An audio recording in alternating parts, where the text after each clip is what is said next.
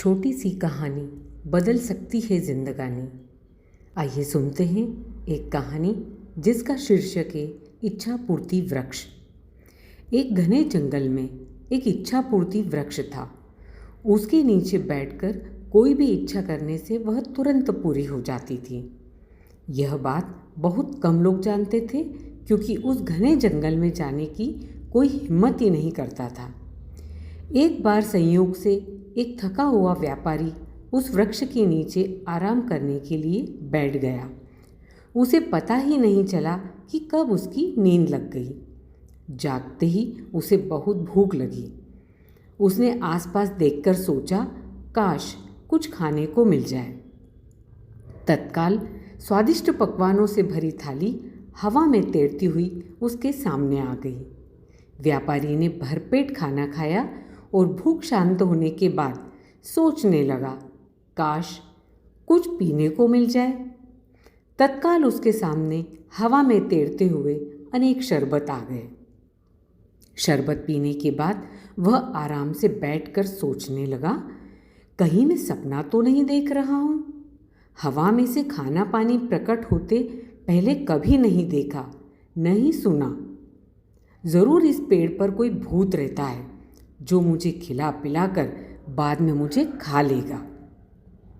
ऐसा सोचते ही तत्काल उसके सामने एक भूत आया और उसे खा गया। इस प्रसंग से आप यह सीख सकते हैं कि हमारा मस्तिष्क ही इच्छा पूर्ति वृक्ष है। आप जिस चीज़ की प्रबल कामना करेंगे वह आपको अवश्य मिलेगी। अधिकांश लोगों को जीवन में बुरी चीज़ें इसलिए मिलती है क्योंकि वे बुरी चीज़ों को ही सोचते हैं।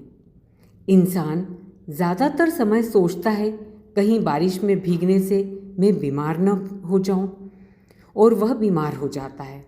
इंसान सोचता है मेरी किस्मत ही खराब है, और उसकी किस्मत सचमुच खराब हो जाती है।